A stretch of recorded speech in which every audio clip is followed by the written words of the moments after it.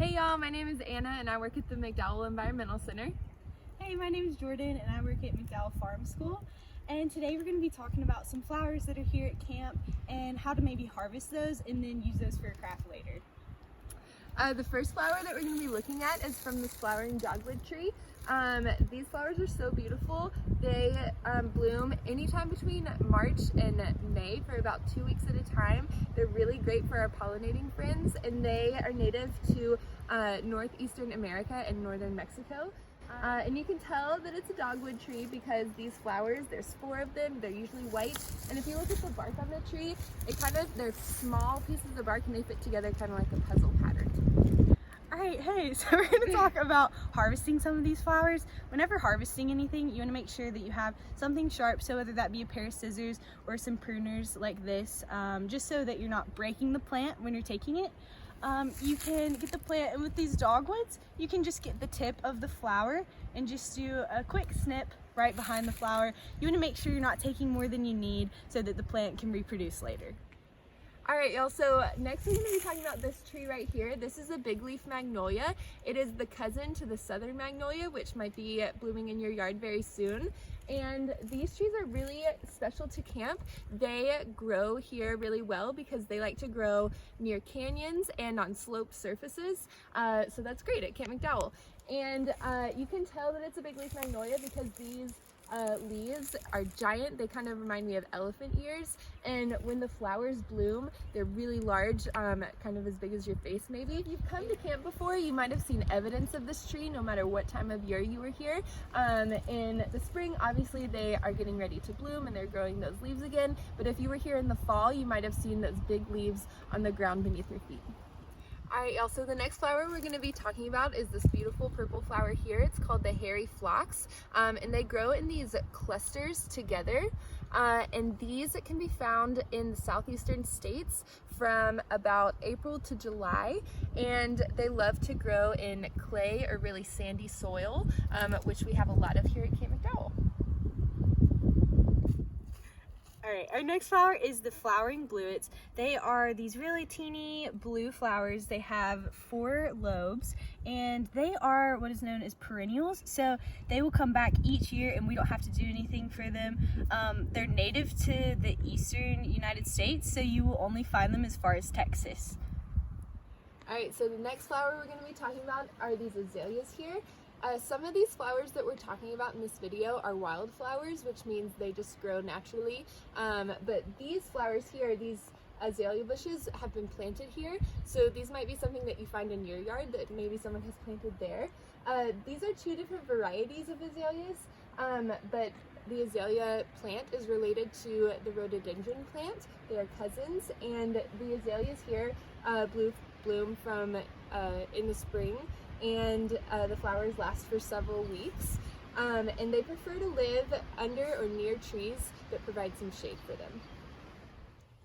Alright, these flowers are eastern blue stars, and they're fun because their name kind of helps you figure out what they are. They're in a star shape, so they have 5 petals and they're blue. Also, if you plant these in your yard, one thing you want to do is cut them back after they start to bloom, because that actually helps the plant grow. So with these, we can cut them down almost to the base. Just as long as you leave a few leaves for them to photosynthesize, then that plant will really boom. Okay, our next flower is an iris.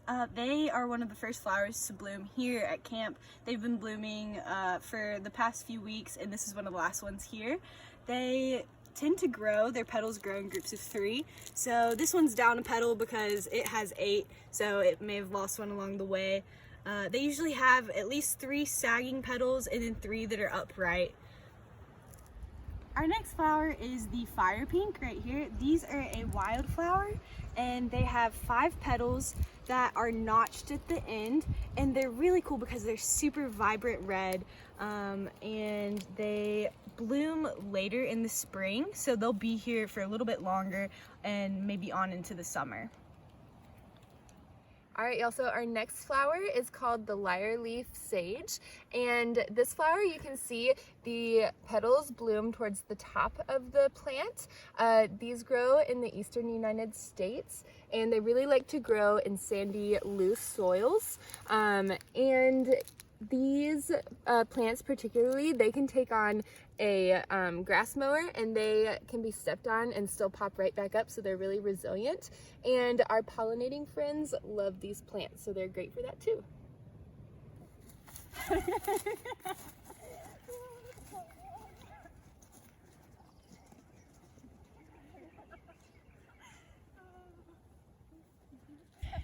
Here at McDowell, we're fortunate enough to have the farm, which is where I work, and on that farm we have some flowers. This flower that we're going to talk about next is crimson clover, and is actually one of our cover crops. If you want to know more about cover crops, you can look at one of our previous videos that Farmer Scotty did. Our next flower we're going to talk about are our bachelor buttons. These we planted here at the farm. They are annual plants, so they're different from the perennials I talked about earlier. These will only grow for one season. With these flowers, we use these mostly for bouquets. So when harvesting them, you want to look for the straightest stems, and you want to cut them about as long as your forearm.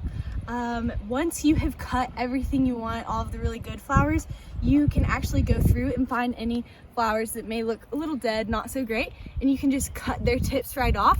That's called deadheading.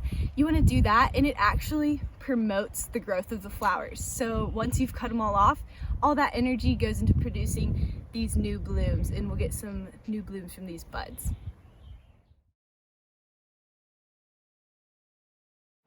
So now we're at our arts and crafts building, which is suitable because we're going to show you how to do a craft with these flowers we just picked. And something that was really helpful to us while we were figuring out what some of these flowers were is an app called iNaturalist.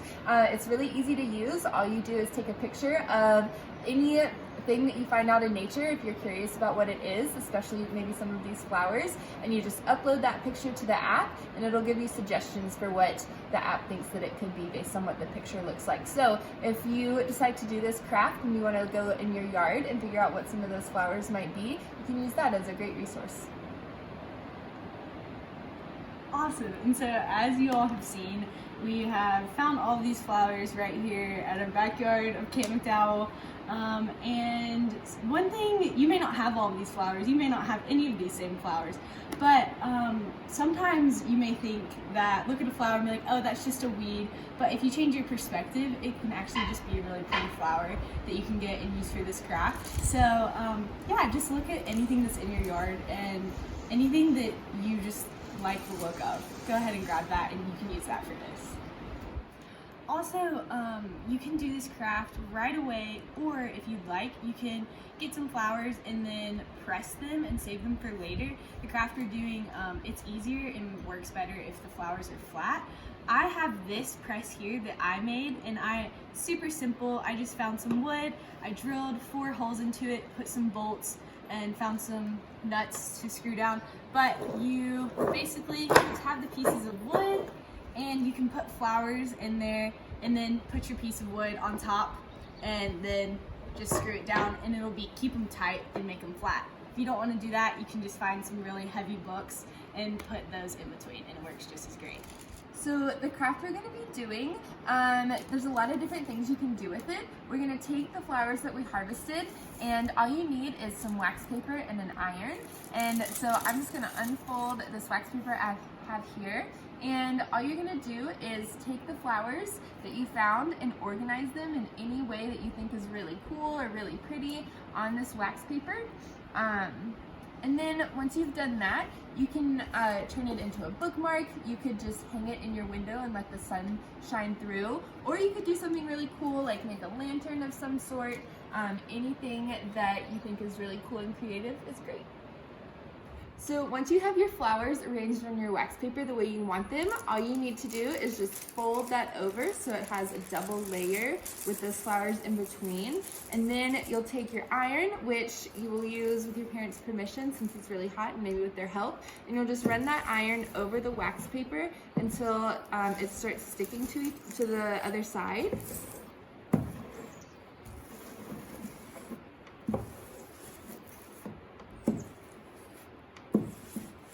don't need a whole lot of heat, just until you see that it's sticking. And then once you've done that, you can put it up in your window and let the pretty sunlight shine through. You can use it as a bookmark, whatever you want. All right, y'all, thanks for tuning in. If you have any questions about any of these flowers or things we've seen today, make sure you put those questions in the comments. And if you do this craft at home, make sure you send us a picture of that as well. We'd love to see it. Thank you all again for tuning in and joining us on this flower journey. We miss you all so very much and hope to see you very, very soon.